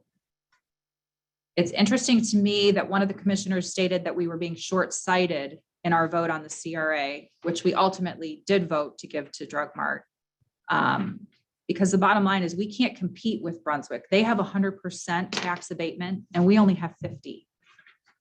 And so now we're in this position where we have to talk about an annexation appeal. And I'm curious what the people here think. If they think we should move forward and spend these tax dollars on an appeal process.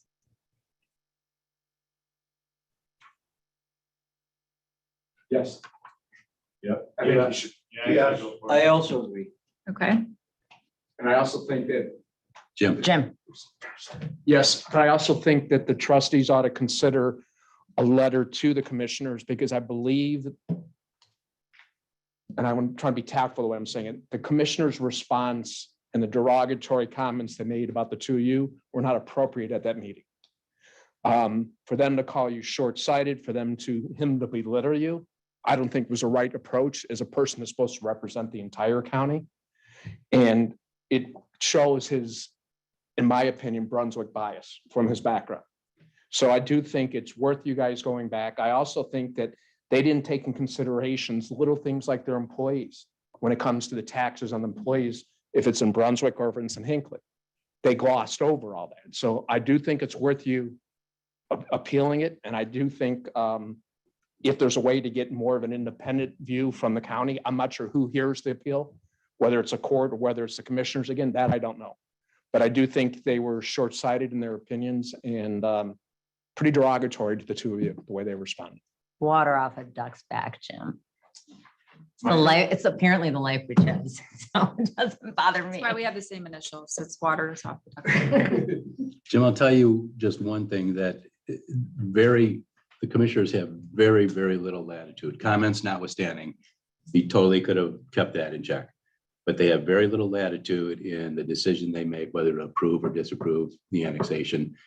And the portions that are in question aren't anything that they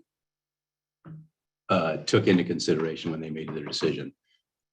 Right now, what the attorney is telling us is something that Brunswick is not doing, that another city entity did in the same manner. So we may be able to capture that as a way to appeal this. And it looks very good from the opinion that was rendered by the court. So That was my last note I forgot to include, is that Al Schrader feels that he refers to both township issues as essentially identical. So it was one, and I think he won that case. I think he won that appeal the week of our hearing. It must have been would have been because, nice if it was a week earlier. well, right, I mean, but that email was sent to both of you on May 15th. So I'm not sure if you had the opportunity to read it. If anybody else has any public opinion, I mean, if we want to, we need to make a decision today. And I told him I would call him or email him. Martha. No, I Can we pull? find the money we or can find- decide to do it. Okay, Yeah. So I would recommend, Does anyone else have anything to add? Any decisions, comments, opinions? Well, in the long run. Yeah. Okay. do you want to No, no, go ahead. For sure. Yes, positive. he's a gentleman. Right. Nikki Long, 1941 Parker. I wish Bethany was still here. I guess my request would be that if you do decide to appeal, that you would sort of remove Bethany from, your communications, only because what I learned recently, and you guys probably already know this, but I would have liked to have asked Bethany a few clarifying questions, but I thought that Bethany was here representing the county when she, talked to you about a tax abatement. But in fact, the best that I can gather is that she runs an organization that's sort of like a chamber of commerce for Medina. Her organization sits in the county administration building. I'm not sure whether or not they pay rent. And there is a link to her website through the county, which makes it look like she may or may not work for the county. But the bottom line is this: the best I can tell, she runs sort of like a chamber of commerce, and companies or municipalities can pay her corporation to be on the board. So there is a board, I'm not sure what it's called, Medina County Economic Development Corporation Board, maybe, but two of her board members are the City of Brunswick and Discount Drug Mart. And so to me, if she's receiving money from those two entities, she's not an independent arbiter in this process. So I would ask that you, whatever your decision is, that you would just sort of keep her out of the loop, because I don't think that she can be an independent arbiter. Between the attorney and the court, the filing of the Right. appeal. Okay, So, okay. But yes, you are correct. It's a corporation. She's a director on the board. Mhm. And that's their job. That's their business, to try and bring business into Sure. Medina County and make connections within all of the cities and communities. Right, right. And that's fair. And she does a good job of doing that. I was under the impression that she was independent and sort of didn't necessarily support one township or one municipality over the other, or one business, over the other, but I'm not sure that that's the case anymore. So I thank you for that. Thank you. Did you want to speak too, sir? No, it's been addressed. Okay. All right, do you have a motion? Well, Oh. so Yes, ma'am. you're gonna have to do two things. One is you're gonna have to make a resolution to appeal the commissioner's decision, and the other is you're gonna have to make a motion to hire Al Schrader for an amount not to exceed for that purpose. Okay, Okay, I don't have that ready, so hold on a second.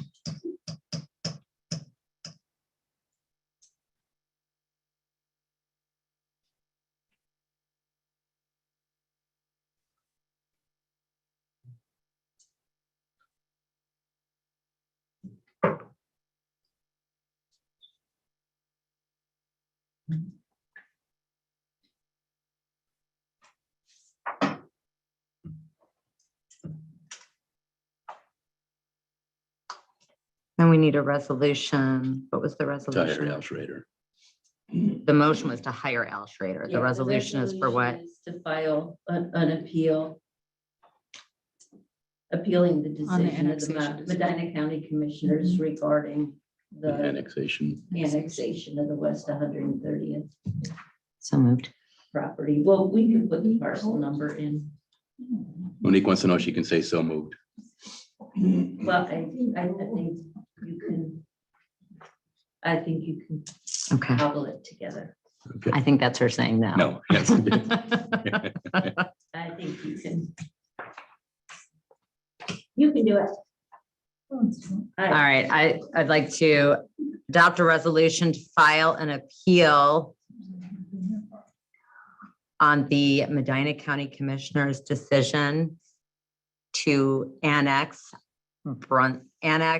the southwest corridor, Southeast southeast corner corner of the township. at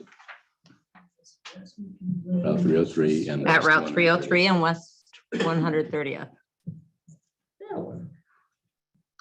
Second, It was cobbled. You did fine. call the roll, please. Swedek, Yes. Asherle? Yes. Augustine? Yes. I would like to make a motion to hire Al Schrader to appeal the annexation in an amount not to exceed $20,000. Second, call the roll, please. Swedek? Yes. Asherle? Yes. Augustine? Yes.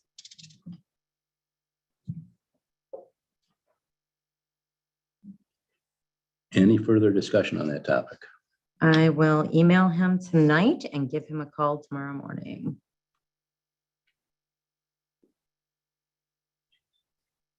Okay, Trustee Augustine.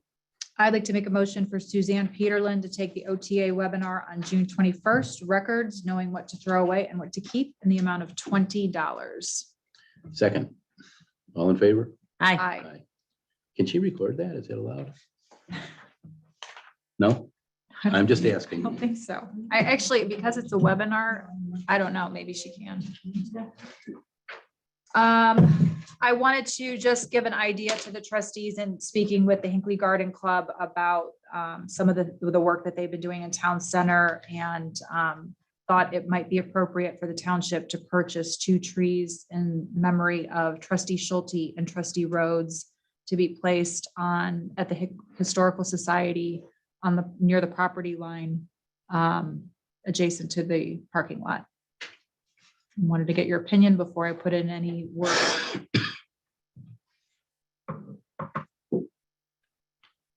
Were they veterans? Were they vets that we could plant a No, tree? she wants it The over to Historical Society is not veteran specific, which is why we've been planting trees in that vicinity. Yeah, no, I was just thinking, Oh, put it if over they there were instead. vets, we Yeah. could put it at the it. Veterans Memorial. Got it. Does anybody know? Not that I know of. I mean, I don't have a problem with I don't that. either. Okay, I will look into some tree options. Is there I will get an email from you. We will work to make it something specific to Ohio, Hinckley area. Deal? I want to do a special thanks to the Highland football team. They came out to some of our Hinckley residents, specifically some of our elderly, and did some cleanup in their yards for the spring. And so I just wanted to thank them.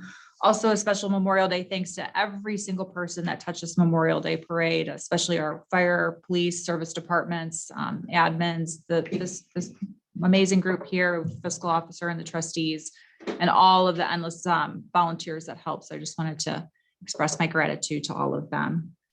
And I wanted to see if we could have conversation about the old fire station east wall renovation. Sorry, you just spent that money. On, The attorney. The attorney. Sorry, folks. well, that money was a donation designated for the east wall, right? You spent. What? That, the donation money? It was for improvements to that, not specifically to the east wall. You guys have used portions of that money for other projects. So how much money is left for that? I don't know. I'd have to check my Excel spreadsheet. Okay, because I thought that was going to be specifically used for that. No, it was used for the fire station. And over time, work has been done, like the work out front, the concrete, the wall, the grass, all that. Just for a That was sneak part of peek, it. just for a sneak peek and to Yeah. stop I it. can It's, tell it's you- actually on my wish list. Yeah, so- I mean, that Oh, could be good. something It's, Good. based on that, but I can tell you that based on what's left in the building line at this point. And that's where your money for your attorney's gonna have to come from, as I was just looking. Okay, because I thought the donation request was pretty specific that it should be The money, spent towards that. not to the Community east wall. center. The east wall didn't exist at that time. It was the general renovation and improvement. Of the community center. So why would the attorney be covered under that? I'm not saying that. I'm going to have to reallocate money. Okay, so if you can give me an idea, there's no money left in that donation? I'm not moving that money. We have a big pot of money. If Okay, I you thought guys- this was a separate line. It isn't a separate line. It all goes under buildings. I keep a separate spreadsheet for the donation portion of it. And I can tell you how much when I get home and look at my spreadsheet. that'd be I'll let perfect. all the trustees know Thank you, that'd be the great. answer to that. But I can tell you, there is not even enough money there to do the front of the east wall based on the estimates that have come in, what, 4 times? Yeah. higher every time. Okay, yeah, higher every time. Okay. The citizen of the year, I just wanted to briefly touch on this so that the trustees are aware. This will no longer be a township function. There was a lot of chat about the citizen of the year this year, saying that he did not live in the township. It has not been mandatory that the citizen of the year live in the township. It has been mandatory that the citizen of the year had lived in the township. This gentleman was nominated when he lived in the township and then again when he moved out, and he won it. I also wanted to share that I have been on this committee since before I was a trustee. I actually presented Emma Schulte with her Citizen of the Year award and was very honored to do so. And with all of the different people that were in the pool for this specific year, I actually recused myself and didn't even vote. This is now going to be taken over by the Chamber of Commerce, which has been the host of the Citizen of the Year in past years. And when the chamber shut down, the township took it over. And so the chamber has expressed interest in hosting it again. So that's how that will be moving forward.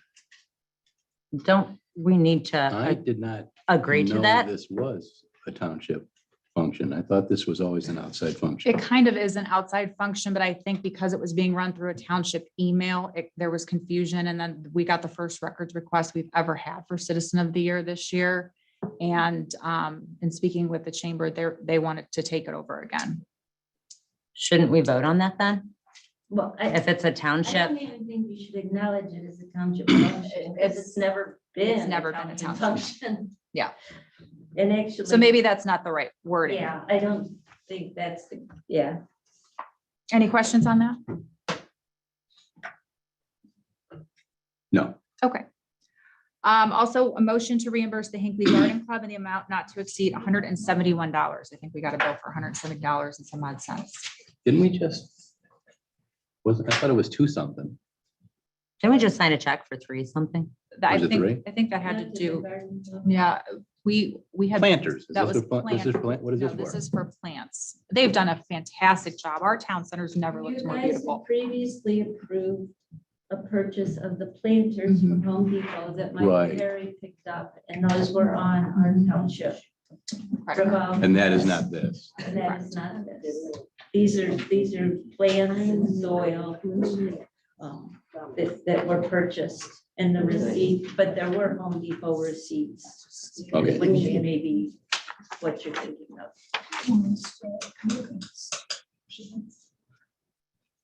So Did you have a move that? motion. That was my All right, motion. second. All in favor? Aye. Aye. That is all I have. Thank you. Trustee Ash. All right, so we already reviewed water letter. I wanted to, Pop quiz, how do you spell Hinckley? Yeah, everybody knows this one. are you stealing my thunder? No, go for it. You're, I'm just, you're kind of stealing my thunder. Okay, I spoke with ODOT in case anybody's noticed.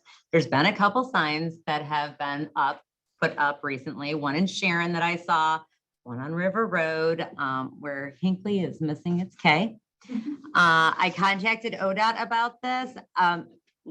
Guys, I don't know how many more of these we're gonna see. Okay, it's like basically anywhere where they're replacing a sign, it's gonna be spelled wrong. ODOT ordered the signs correctly, but they were printed incorrectly. So it's gonna take a couple weeks, but we're gonna get our K back and hopefully, is that what they told you? hopefully They we're gonna told- get that corner back Did with we- our K back. Did we get the So- signs? Do we get to keep the old signs for shooting practice? I have not asked. I've had a lot of people ask me if they can take the sign. I'm like, let's just get it spelled right first. But trustee So- Asherle said they couldn't even spell it wrong. They left the K out instead of the C. They didn't even do the right, wrong Wrong spelling. Could auction them off for building funds. So, well, an entrepreneur, I like Yeah. it. All right. So if you see more Hinckleys without the K, they're working on it. You know, checks in the mail. Then I also wanted to add on to that, when I spoke with ODOT, I just wanted to clarify something that was said a couple months ago about the county adding the cross traffic does not stop to the stop signs at 606 and Stony Hill. That's not a county stop sign. It's an ODOT, it's state of Ohio, and they have actually done 2 traffic studies there. I think they said one in 2017 or 19, and then they just did another one and they found it's not warranted. So they will not be placing the cross traffic does not stop at 606 and Stony Hill, which if you pay attention, because it's kind of like wallpaper, I think sometimes in the back of your mind when you're driving, but on the township roads, I think the township put those on all of our stop signs, because when I drive by, I can always tell which one is a township road because we have the cross traffic does not stop. I wanted to, let's This do was the, clarified that this was an ODOT issue. I think early last year when we were working on it, we thought it was the county and the county pointed to ODOT. And I've been having conversation with ODOT about that intersection. it was said a couple of months ago. So I just wanted to clarify. Then I would like to make a motion to approve the annual managed security for the administration in the amount of $2,298, fire in the amount of $3,217, and service in the amount of $459 from Lighthouse Solutions for a total amount of $5,974. Second. All in favor? Aye. Aye. Wanted to talk about the green space levy. Melissa, we had said we could talk about that at this meeting, at our last meeting. And I am ready to have a conversation about that now, if you both are. Jack, I know you've already said you are not in favor I have. of a tax. But I am ready to have discussion with that, Melissa. I if you don't are actually still. have a preference either way. I was just doing my due diligence based on the comprehensive plan audit survey results that the majority of the people wanted to see the green space levy resurrected. And so I thought I would have a conversation about it. I don't have a preference either way. It would have to be something that would be spelled out quite clearly. And I think in my mind would be, we would work with other entities like Western Reserve Conservancy, Medina Parks, and things of that nature, if we were going to move forward with it. That's just how I envision it. But like I said, I don't have a preference either way. I just wanted to do my due diligence. Okay, well, let's discuss it. I think that the first step would be, if we are going to proceed with the green space levy, is we would want to make a committee. We need to get a list of, what do you think, 7 people to who's going to be on this committee? Where will the land be? How much are we looking to purchase? I mean, there's a lot of questions that are going to have to be asked. So thoughts on that? I am still not in favor of it. Same thing with taxes. And I stated before, I think there are other entities better equipped to handle green space than this township. This is still a township at the end of the day. We're not a municipal corporation. We don't have parks and recreation department. We have 4 service guys that are busy cutting berms, doing road work, plowing snow. I don't think we have the time or wherewithal to handle any kind of a green space that we would take under the township's property. That's my opinion. Which is why I would recommend working with Western Reserve Conservancy and other entities to assist in that process. I'd rather see a committee do that, to engage outside entities to look at obtaining green space. Well, they are already actively doing that, those agencies.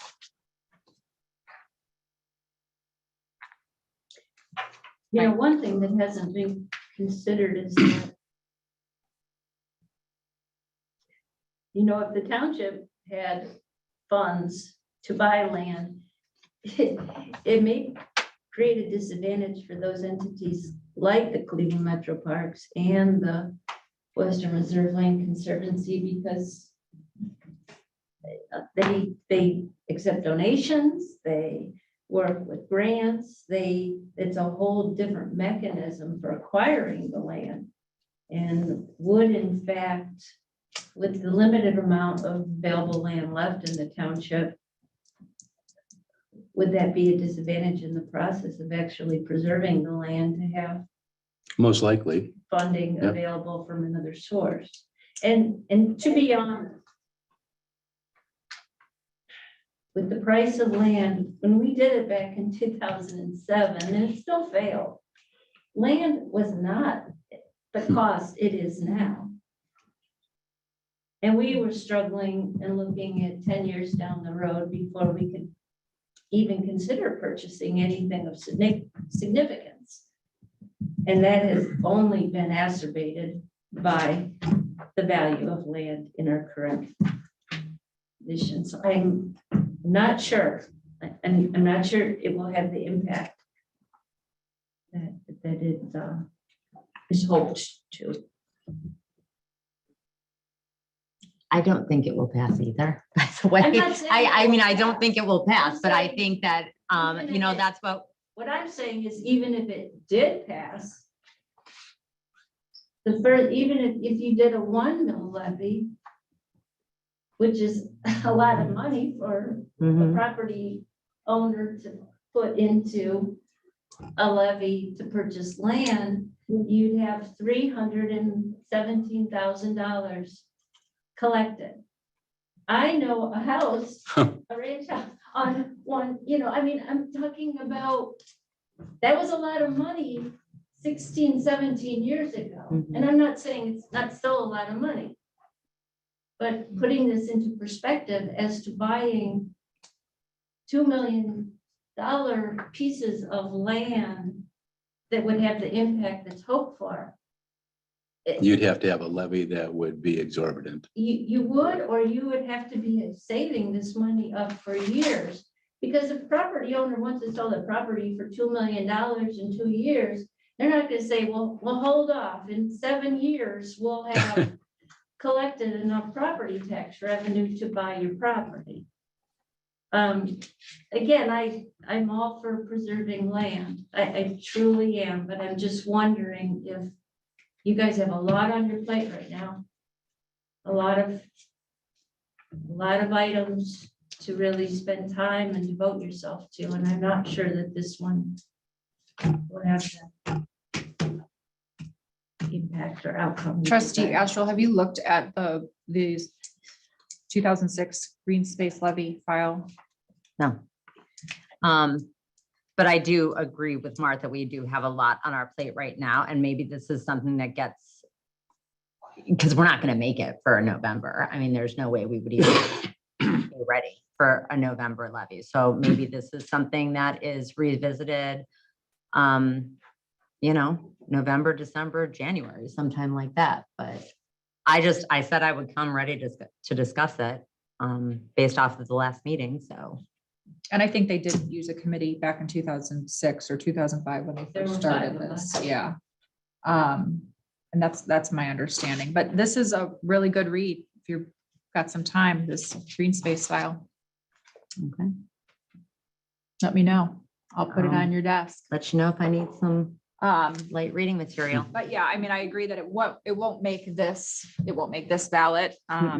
But I definitely think it's worth a conversation. I don't want it to just completely go away, but in talking to, you know, Nate, who runs Medina County Parks, and walking some of the Hinckley Township properties that are owned by Western Reserve Conservancy and having those conversations, you know, they are actively looking into Martha's point. If we are swooping in and grabbing them, we have to have either some type of relationship with them so that they can work with us and we don't have to deal with the maintenance of it, or we just leave it for them. Okay. End of discussion. Jack, did you want to tell us again how you feel about it? Okay. I wanted to talk about the wish list timeline. We had talked about that at the last meeting also. Martha, I know we talked about like maybe needing some additional resolutions and things. So we had initially said to bring our wish list with the estimates to our next meeting, but we have a lot going on right now. Do we want to maybe push that back into July or August? I was going to ask if we could. Okay. I'm in agreement with that. September, good? Yes. I'll address it again in September, just kick it down. Okay. And then I wanted to discuss the July 4th meeting, which was canceled because it's on July 4th, which is Tuesday. And I wanted to talk to you both about, I think that it's been a month since our last meeting and it's too long. So do we want to reschedule that meeting to maybe Wednesday or Thursday? Or do we want to at least schedule a work session meeting for the following Tuesday? I'm going to request that you have a regular meeting on the 5th because you have to approve the budget for 2024. It has to be done before July 20th. Okay. So our next meeting would be the 18th, which would still be before July 20th. I'm not going to be here. Your next meeting is actually well, I don't want to hold it off. I got to get to the auditor. It's fine. And if there's any changes or questions, I don't. So if we move the meeting to the 11th, do we still want to hold one on the 18th or do we want to go to the 25th? Can we do the 5th? July 5th. Oh, the 5th. July That's 5th good will by work me. for me. All right. So it would be a special meeting for the purpose of the regular trustee meeting. So a special regular. Yeah, I Right. guess, whatever you want to call it. I will email Suzanne. And typical 6:30 time? normal time, or do you guys want to do earlier? 6:30 is fine. 6:30 works. You guys can all mark your calendars after the 4th of July. We'll probably need a proctor. Special, regular, or workshop? Yes, Which one? yes. It's a special meeting because of work. According to the organization, that's, I don't know if you can do that. It's a special It's a meeting special meeting. for the purpose of holding a regular meeting. Yeah. All right. It's a little convoluted, but. Because if we'll we- cover all of our bases. if we But by have- putting that in there, we can make our motions and vote on things, right? A work session won't allow us to make any decision. Right. We're good at that. Special meeting would. Right. That's all. Does that work then? Okay, July 5th? July 5th. Okay, Pretty good? I am good. All right, buckle up. Medina County Fair Housing Office sent us some materials relative to Medina County Fair Housing. I left these with Suzanne in the zoning office. You also have a letter in your packet saying what this is, and it just applies to fair housing practices and the law. So those are available for anyone who wants to see them. The county put out a flyer about digital inclusion and literacy. And this has to do with using the internet and whatnot, and all that business. I signed my wife up twice. I'm gonna ask. These are that- online. She can see Yeah, I this, you know. know? I hope so. So many trouble. So, yeah, I would ask if the trustees don't mind, because the county is endorsing that we just put a little blurb in the news section on the township website, that if anybody's looking at it for any information, they can go find it on the county website. It's a good little program, especially if your folks are having trouble, navigating email, whatever. Some good info in there. They take their time with old people. I know, I've been through it, so. I don't have Valley- an objection. Yeah, Melissa, any problem with that? No, that's. Okay, thank you. Valley Brook, the folks on the cul-de-sac there that was never repaved, have asked about the island there, and we don't have any homeowners association up there. In discussion with them, I came to an agreement with them that we could plant some grass in there for them, and they'll take over maintaining it. So they're gonna take care of eradicating the vegetation that's there. And sometime in the fall, if you guys are okay with it, Mike will go up, take a look at it, maybe add a little soil if he has to, and seed it for them. Any That's issues fine. with that? No, not at Okay, all. very good. Columbia Gas West 130th project update based on Martha's concerns, and I thank you for that, Martha. I met with Columbia Gas and Brian Richter at the prosecutor's office, and Brian is working on drafting an agreement to make sure we have appropriate bonding for that project in case there's any issues with construction or post-construction. He also went through ensuring that there was no reason that they couldn't use the existing right of way, and came to a consensus that this is the best option to go move forward with on that.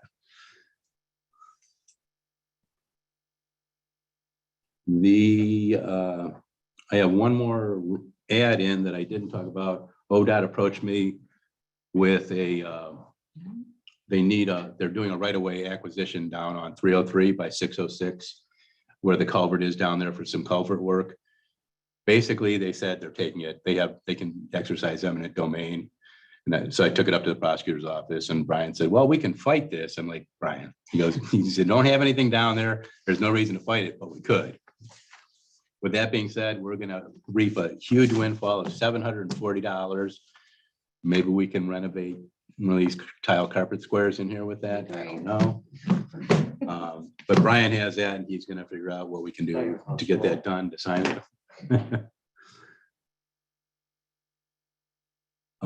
I have a motion for the EMA,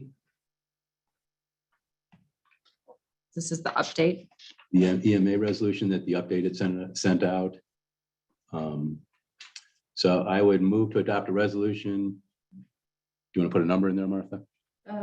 I'll put it in. Okay, very It's good. 4. Move to adopt a resolution to join the Medina County, to join the Board of Medina County Commissioners and the chief executives of all or a majority of the other political subdivisions of Medina County to enter into a written agreement to establish a countywide emergency management agency in accordance with Ohio Revised Code Section 5502.26 by endorsement of the amended agreement executed by the Board of Medina County Commissioners Resolution number 23-0354, approved on May 2nd, 2023. Second. Seconded by Asherle. Call the roll, please. Swedek? Yes. Asherle? Yes. Augustine? Yes. I will circulate this for signature in a moment.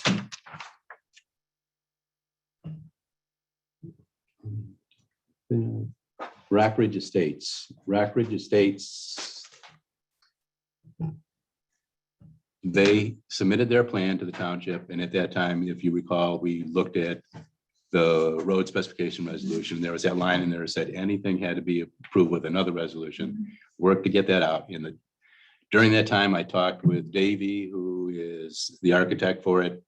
They said, well, since we're going to do that, they're going to modify it and bring the standards up to what would be in the current resolution, 22 feet wide, 8-inch thick pavement, which they did, and then submitted to the county before we passed a new resolution. So the line about a separate resolution to approve it was still in there at that time. And I talked to the prosecutor's office. He suggested that we just do another resolution to get it over with.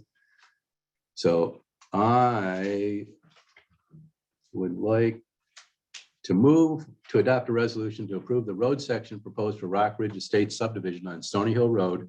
Road section proposed as complying with the Hinckley Township Rural Subdivision Special Residential Road Specifications, including 8-inch pavement with dowel joints and a road width of 22 feet wide, as submitted to the Medina County Medina County Engineer's Office. Second. Second by Asherle. Call the roll, please. Swedek? Yes. Asherle? Yes. Augustine? Yes. And finally, in accordance with the discussion about utilizing the ARPA funds for the road project at this time, I talked with the Greg Beck, the attorney that we talked about with the ARPA funding, and he said it's okay for us to move forward with a resolution to advertise the Valley Brook project. So I would move to adopt a resolution which authorizes the Medina County Engineer's Office advertising the 2023 Hinckley Township concrete bid for TH 357 Valley Brook Boulevard, Brook Hollow Oval to 295 Valley Brook Boulevard in the Gazette on June 16, 2023. Details will also be available at hinkleytwp.org. The bid opening shall be on July 5, 2023 at 1 p.m. in the Medina County Engineer's Office. The engineer's estimate for this project is $609,535. Second. Second by Asherle. Any discussion? Or is that going to be the first thing we talk about at the July 5th meeting, is the opening of those bids at 6:30? Well, I don't know if we'll get that Through from the them. county. Yeah. At the county. Okay. So she'll do a spec sheet. Okay, yep, I need to make sure. Asher, Swedek? Yes. Asherle? Yes. Augustine? Yes. And Greg Beck said that when we go to move forward with Once we get the that's bids. when we do the ARPA Yes. resolution. Yes. Any further discussion from the board? No. Anybody in the public would like to speak? Question. Gotta come up. It's a whole new world, Jim. Jim Larson, 20 Car Road. I have a question on annexation. When you file this appeal for annexation, does that hold in abeyance the execution of the annexation process for the duration of the appeal goes on? Yes. And Yes. So if it goes on for a year, they can't start building. I mean, everything's stalled unless they decide to withdraw. so Drug Mart is inconvenienced in their execution of building their structure Correct. unless they wish to come back to our BZ or our zoning code or our board of trustees to move forward. They would have to withdraw their request for annexation. And you Correct. still get to sing karaoke. Oh, yeah. One other observation, having attended that annexation meeting and kind of read pretty much everything that has been written about it, I think all three of you were well within your rights to have voted what you believe to be the best course of action at the time. And my opinion was if you had voted to approve the abatement when it was originally presented to you, Drug Mart would have still found another reason to move on. And as Jim Bialowski already alluded to, I think Commissioner Hambley's scolding of you two was way off the mark. And he only mentioned the abatement as the issue involved. Well, there, as anybody who was there would know, the drug mart representative gave two reasons for wanting this annexation. One was the manner in which the abatement was finally granted. And the other one was having to work with the Medina County Building Department. You'll notice that Commissioner Hamley conveniently left out any mention of drug mart having to work with his building department. And I'm not so sure what the motivation is, and I'm not sure it really has any legs when you file your appeal, because you said whether the abatement was approved or the issue of working with whoever's building department. But I think it's pretty obvious that if they get to work with the Brunswick Building Department, it's going to be smooth sailing for whatever they want to do. So anyway, I think he was way off the mark. And, you know, as Shakespeare said, methinks he doth protest too much. When somebody goes on that long, all he's demonstrating to me is his long affiliation and allegiance to all things Brunswick. And he'd have done better just to say no, and this is why, and move on, as the other two commissioners did. Thank you. Thank you. Thank you. Anyone else? Hi, my name is Garrett Robinson. I lost my voice the other week, so I want to ask two different questions. So one was on bringing the water line down. I run a small water line and it's a pain in the butt. But what I don't know if I quite understood, it'll kind of be like a gerrymandering for taxes. So it'll only affect so many people that, right? It doesn't affect everybody. It only affects the 20 people or whoever's gonna tie into that line, correct? An assessed project? The water line coming down through. It's a public assessed project. The property owners that would be involved would be assessed those taxes. They would be added onto their property taxes. So that $30,000 would be added onto their property taxes over the course of so many years with the 20. Just like if you don't pay your Kimball bill. Yeah, so if it only affects those 20 people and they want it, I mean, They don't want it. That was what the survey was. Oh, well, I mean, it like across the street and a couple of restaurants, and I know we've had water issues here. Yeah, but if those few people are the only ones who want it, everybody whose property that goes past, that still has to pay for it. I thought the way I was understanding it was only the people that are tying into it would be taxed that extra You money. get taxed to run the line, and then if you want to tie in, it's an additional $10,000 to $20,000 to run it from there to the house. Okay, see, Based on the engineer's estimates. okay. And It was the engineer's because crisis. It was this quote.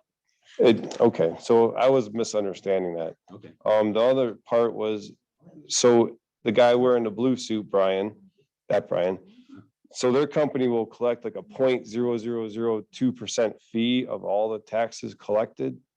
Because they said they'll add the fees in with the taxes at the end. So they would add, okay, so I understood that part. You gotta make his money somehow, yeah. And then what was the last thing? They're all, I mean, they have a job to do. Yeah. So, Representation.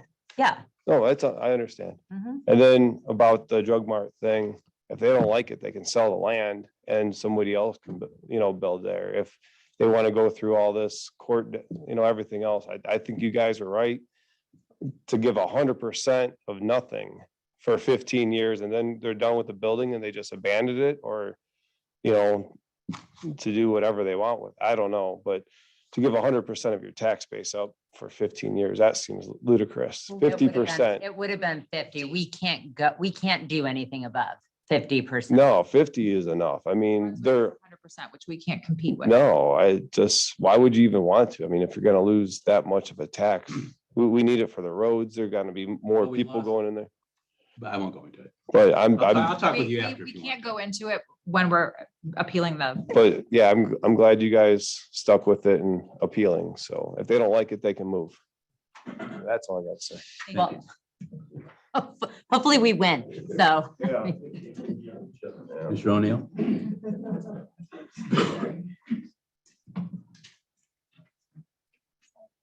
Paul O'Neill, 2398 Weymouth Road. I'd like to address the drug mart thing since we're talking about it. And let's say you go for the appeal and you win the appeal. What's to keep drug mart from filing again? What's to keep them from coming to town center and running water?